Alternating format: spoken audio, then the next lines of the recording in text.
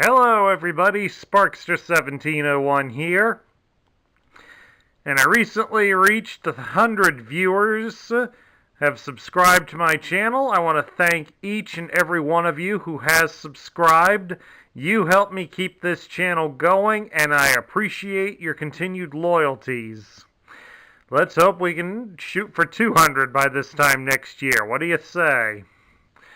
So to help commemorate that, I thought I'd do a special video where I'm going to talk about one of the various subgroups that was released during the line, and we're going to start with the mini vehicles.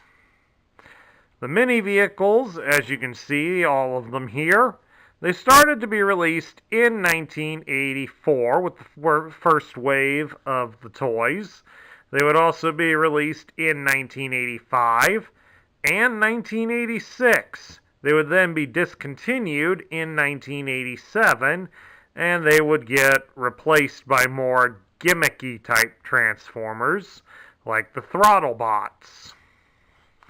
The mini vehicles here were exclusive to the Autobots. The Decepticon counterpart at the time when they started would be the Cassettes until Blaster was released, and then he would get his own the following year. But anyway, let's take a look at this subgroup, see how it fits into the Transformer toy line, and get some thoughts on it. Here's the first wave of mini vehicles. These guys came out in 1984. You have, of course, Brawn.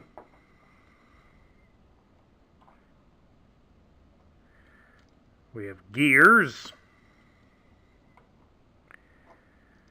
We have Windcharger. Cliffjumper. Huffer. And last but certainly not least, Bumblebee. Then, of course, 1984 also had a hidden one in certain packages.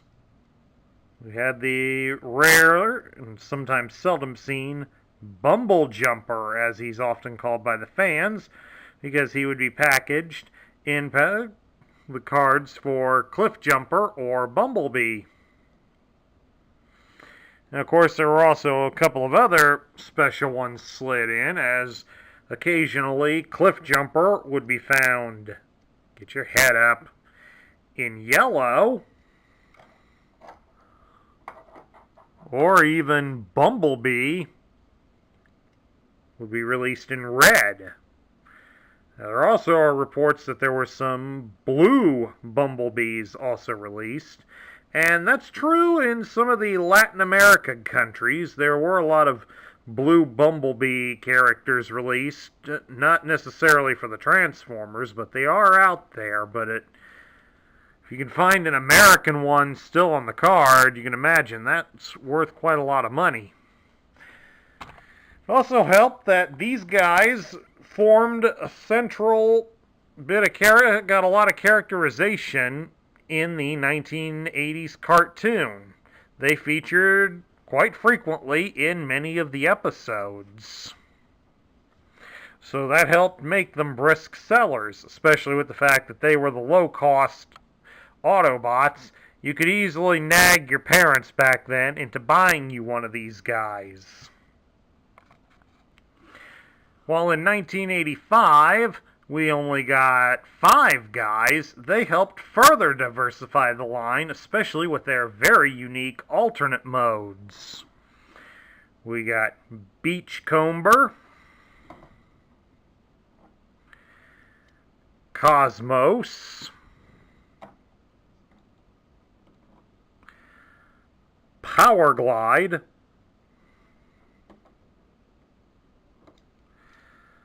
Sea Spray, and Warpath. These guys helped add some diversity to the line, and their unique alternate modes gave more of a sense of adventure to us young collectors for the Transformers. And they also helped fill in some of the gaps the Autobot army was clearly lacking in their forces. Unfortunately, when 1986 rolled around, Hasbro went cheap on us with these guys and just basically made slight toolings to the molds of 5 of the 1984 figures and only gave us one truly unique figure. So in 86 we got Tailgate, Swerve, Hubcap, Outback,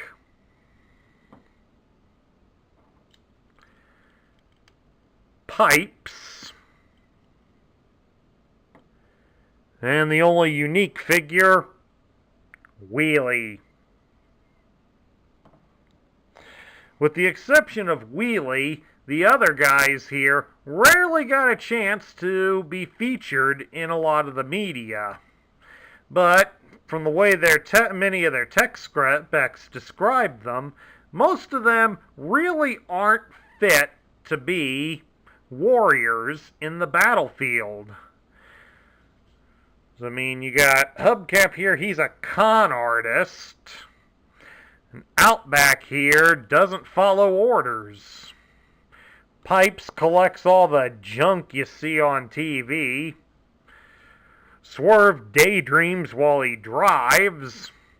And Tailgate believes all machines, including our toasters and lampposts, are sentient like the Transformers. And then, of course, we have Wheelie, but the less said about Wheelie, the better. Now we get down to my thoughts on these guys. These guys were always going to be good sellers no matter what. No matter whether they're the fiercely loyal figure or the most rebellious. These guys were, for many of us, our first foray into the Transformer toy line. I mean, let's face it, not every parent was going to be able to afford to buy Optimus Prime or Starscream or whatever. But these guys could be easily picked up for a song. And they held just enough character and transformation fun that could easily spark a child's imagination and keep them going on a mini adventure. I mean, only 2 of these guys out of all of them have loose parts. The rest of them have no loose parts to worry about, to speak of, save for some of the earlier ones who still had rubber tires on them, as their tires could easily be removed. So I could even tell you, amongst this fleet, that my first Transformer is hiding amongst them. In fact, there he is right now. This one right here, folks. This was my very first Transformer, Cliff Jumper. This is the actual original toy that I got 30 some odd years ago.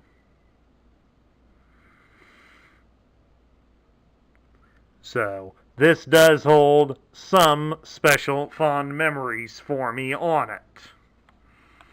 So, as a group, they are somewhat essential for the Autobots. The checklists always describe them as being messengers and spies, which really doesn't go all that well for describing them, because many of them function in areas beyond that. But they all still provided a necessary service for the Autobots. They were always useful, and while they may not have been as big or as powerful as some of the larger ones, they certainly did the job of getting us to collect into the toys and watch the cartoon or even read the Marvel comic book that was being printed at the time. And these guys didn't need the fancy gimmicks that their later comrades would bring about. They sold themselves practically on what they offered, and we didn't have to expect more or anything better than what they offered. So these guys are a definite must-have for your Transformers. Well, folks, that concludes my review of the Generation 1 subgroup, the Mini Vehicles. If you like the video, you know the drill. Thumbs up it here on YouTube. Hit that subscribe button if you haven't done so already. Please also like this video, and please do share your thoughts in the comments below. I love seeing what all of you are thinking, and to hear your thoughts and opinions. That's what helps keep this channel going. This is Sparkster1701 saying that at some point in the future, I'll review another subgroup. If you got any thoughts as to which one you'd like to see reviewed, leave it down in the comments below, and I will catch you all later.